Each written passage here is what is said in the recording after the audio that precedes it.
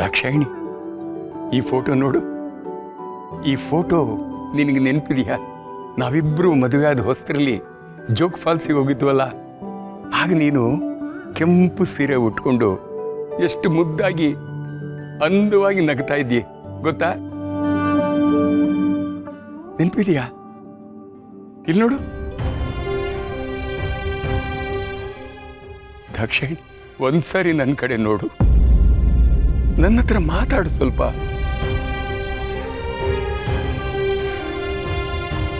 ದಾಕ್ಷಾಯಿಣಿ,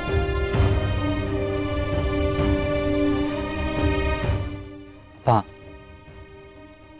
ಸಾಕ್ಬಿಡಿ, ಅವ್ರು ಇವತ್ತು ಸುಸ್ತಾಗಿದ್ದಾರೆ ಅಂತ ಅನ್ಸುತ್ತೆ. ನಿಧಾನಕ್ಕೆ ಸರಿ ಹೋಗ್ತಾರಪ್ಪ. ನೀವು ಯಾಕೆ ಇಷ್ಟೊಂದು ಬೇಜಾರು ಮಾಡ್ಕೋತಾ ಇದ್ದೀರಾ? ಹಾಗಲ್ಲ ಕಣೋ, ನನಗೆ ಈ ಫೋಟೋಗಳನ್ನು ನೋಡಿದಾಗ ಹಳೆಯ ದಿನಗಳು ನೆನಪಾಗುತ್ತವೆ. ಆಗ ನನಗೆ ಅಧಿಕಾರ, ಬಿಸ್ನೆಸ್ಸು, ಹಣ, ಆಫೀಸು ಇದೇ ಮುಖ್ಯವಾಗಿತ್ತು. ಅದರಲ್ಲೇ ನಾನು ಬ್ಯುಸಿಯಾಗಿರ್ತಾ ಇದ್ದೆ. ಕೆಲಸನೇ ನನ್ನ ಪ್ರಪಂಚ ಆಗಿರ್ತಿತ್ತು. ಇಡೀ ದಿವಸ ಆಫೀಸಲ್ಲೇ ಇರ್ತಾ ಇದ್ದೆ. ನಿಮ್ಮ ತಾಯಿನ ನಾನು ಪ್ರಾಣಕ್ಕಿಂತ ಹೆಚ್ಚಾಗಿ ಪ್ರೀತಿಸ್ತಾ ಇದ್ದೆ ಕಣೋ. ಆದರೆ ಆ ಪ್ರೀತಿನ ನಾನು ಯಾವತ್ತೂ ನೇರವಾಗಿ ಹೇಳ್ಕೊಳ್ಳೇ ಇಲ್ಲ. ಅವಳ ಜೊತೆ 4 ನಿಮಿಷ ಕೂತು ಸಮಯ ಕಳೀಲೇ ಇಲ್ಲ. ಇವತ್ತು ಇವಳು ನನ್ನ ಪಕ್ಕದಲ್ಲೇ ಕೂತಿದ್ರು ಇಲ್ದಾಗಿದ್ದಾಳೆ.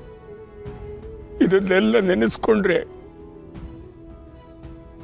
ಅಪ್ಪ ಪ್ಲೀಸ್, ಹಳೆ ವಿಷಯ ಎಲ್ಲ ನೆನೆಸ್ಕೊಂಡು ಮತ್ತೆ ಬೇಜಾರಾಗ್ಬಿಡಿ ಅಪ್ಪ. ಇಲ್ಲ ಶರತ್, ಇದನ್ನು ನಾನು ಯಾಕೆ ಹೇಳ್ತಾ ಇದ್ದೀನಿ ಗೊತ್ತಾ?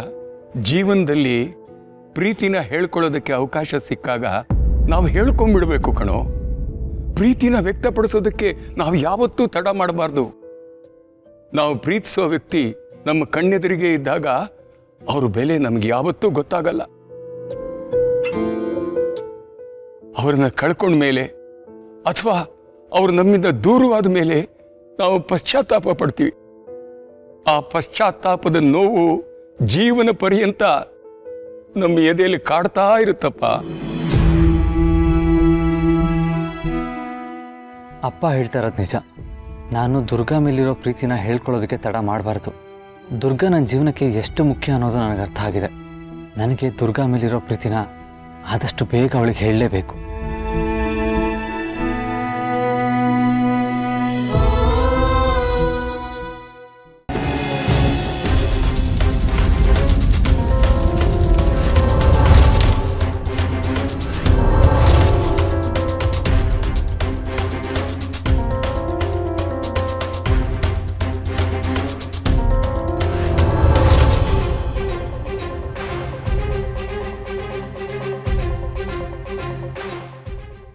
ಅಮ್ಮ,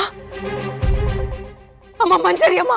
ಮಾಳವಿಕಾ, ನಿನ್ನ ಹಠಕ್ಕೆ ಮೆಚ್ಚಿ ನಾನು ನಿನ್ನ ಕಣ್ಣೆದುರು ಬಂದಿರುವುದು ನಿಜ.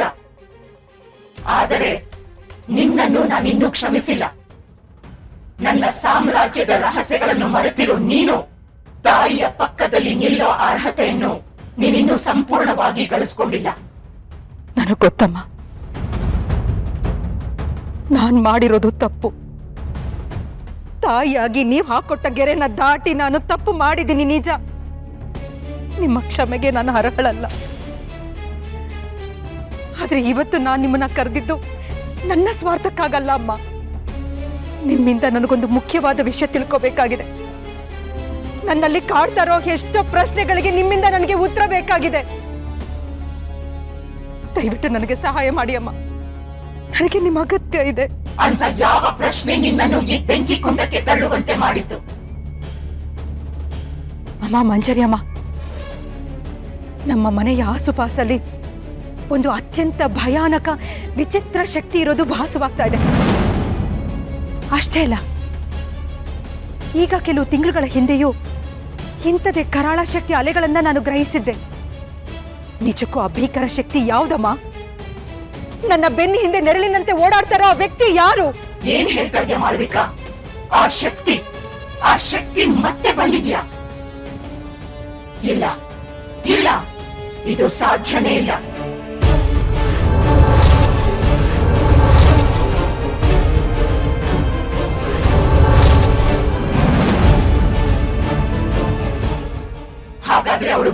ಬಂದಿದ್ದಾಳೆ, ಅವಳು ಮತ್ತೆ ಬಂದಿದ್ದಾಳೆ.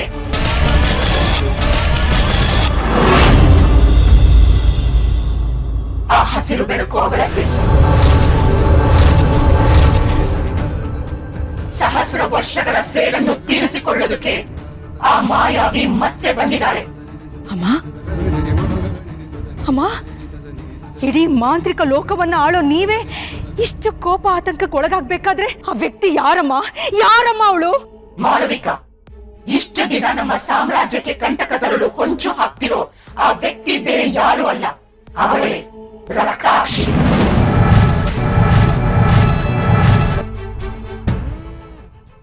ಅವಳು ಬೇರೆ ಯಾರು ಅಲ್ಲ, ನನ್ನ ಸ್ವಂತ ತಂಗಿ.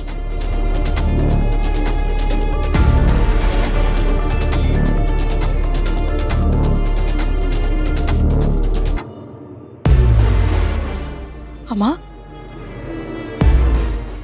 ಅಮ್ಮ, ನಿಮ್ಮ ತಂಗಿನ, ನಿಮ್ಮ ಒಡ ಹುಟ್ಟಿ ತಂಗಿನ ಆ ರಕ್ತಾಕ್ಷಿ? ಇಲ್ಲ, ನಂಬಕ್ಕಾಗ್ತಾ ಇಲ್ಲ. ಇಲ್ಲಮ್ಮ, ನಂಗೊಂದು ತಿಳಿತಾ ಇಲ್ಲ. ಅಸಲಿಗೆ ನಿಮ್ಮ ಹಿನ್ನೆಲೆ ಏನಮ್ಮ? ನಿಮ್ಮ ಕುಟುಂಬದ ರಹಸ್ಯ ಏನು ಅಂತ ಇವತ್ತಾದ್ರೂ ನಿಮ್ಮ ಈ ಮಗಳಿಗೆ ಸಂಪೂರ್ಣವಾಗಿ ತಿಳಿಸಿ ಹೇಳಿ ಅಮ್ಮ. ಆ ರಕ್ತಾಕ್ಷಿ ನನ್ನ ಸ್ವಂತ ತಂಗಿ. ನಮ್ಮ ತಂದೆ ಒಬ್ಬ ಮಹಾನ್ ತಪಸ್ವಿಗಳು, ಮಹರ್ಷಿಗಳು. ಆದರೆ ನಮ್ಮ ತಾಯಿ ಒಬ್ಬ ಕ್ರೂರ ರಾಕ್ಷಸಿ. ಒಬ್ಬ ಮಹರ್ಷಿ ಮತ್ತು ಒಬ್ಬ ರಾಕ್ಷಸಿಗೆ ಹುಟ್ಟಿದ ನಾವೆಲ್ಲರೂ ಹುಟ್ಟುವಾಗಲೇ ಅತ್ಯಂತ ಸುಂದರಿಯರಾಗಿದ್ದೆವು. ನಮಗೆ ಪ್ರಕೃತಿಯಿಂದಲೇ ಅಪಾರವಾದ ಮಾಂತ್ರಿಕ ಶಕ್ತಿಗಳು ಒಲಿದು ಬಂದಿದ್ದವು. ನಾವಿಬ್ಬರೇ ಅಲ್ಲ, ನಮಗೆ ಒಟ್ಟು 7 ಜನ ಸಹೋದರಿಯರಿದ್ದಾರೆ. ಆದರೆ ಕಾಲಾನಂತರ ಆ ಉಳಿದ 6 ಜನರಿಗೂ ಮತ್ತು ಈ ರಕ್ತಾಕ್ಷಿಗೂ ಅಮರರಾಗಬೇಕು, ನಮಗೆ ಸಾವಿರ ಇರಬಾರದು ಅನ್ನೋ ಘೋರ ದುರಾಸೆ ಹುಟ್ಟಿತು. ಅದಕ್ಕೋಸ್ಕರ ಪ್ರಕೃತಿಯ ನಿಯಮವನ್ನು ಮೀರಿ ಬೇರೆ ಬೇರೆ ಕರಾಳ ಮಾರ್ಗಗಳನ್ನು ಮತ್ತು ರಕ್ತ ಪಿಪಾಸು ಮಂತ್ರಗಳನ್ನು ಬಳಸಲು ಶುರು ಮಾಡಿದ್ರು. ಆ ಘೋರ ಅಮರತ್ವದ ಪ್ರಕ್ರಿಯೆಯಲ್ಲಿ ಈ ಭೂಮಿ ಮೇಲಿನ ಎಷ್ಟೋ ಲಕ್ಷಾಂತರ ಅಮಾಯಕ ಜನರ ಪ್ರಾಣಗಳು ಬಲಿಯಾದವು. ಅದೇ ಕಾರಣಕ್ಕೆ ಪ್ರಕೃತಿ ಮತ್ತು ಕಾಲಪುರುಷ ಅವರೆಲ್ಲರಿಗೂ ಭೀಕರ ಶಾಪ ನೀಡಿದ. ಇವತ್ತು ಆ 7 ಜನ ಸಹೋದರಿಯರು ಸತ್ತು ಬದುಕದ ವಿಚಿತ್ರ ಸ್ಥಿತಿಯಲ್ಲಿದ್ದಾರೆ. ಅಂದರೆ ಅವರು ಸಂಪೂರ್ಣವಾಗಿ ಸತ್ತೂ ಇಲ್ಲ, ಇತ್ತ ಪೂರ್ತಿಯಾಗಿ ಬದುಕೂ ಇಲ್ಲ. ಕೇವಲ ಕರಾಳ ಶಕ್ತಿಯಿಂದ ಮಾತ್ರ ಇವತ್ತಿಗೂ ಉಸಿರಾಡ್ತಿದ್ದಾರೆ. ಇವತ್ತು ಆ 7 ಜನ ಸಹೋದರಿಯರು ಪ್ರಪಂಚದ ಬೇರೆ ಬೇರೆ ಕಡೆಗೆ ಚದುರು ಹೋಗಿದ್ದಾರೆ. ಆದರೆ ಇನ್ನೂ ಕೂಡ ಆ ಅಮರತ್ವದ ರಹಸ್ಯವನ್ನು ಹುಡುಕುತ್ತಲೇ ಇದ್ದಾರೆ.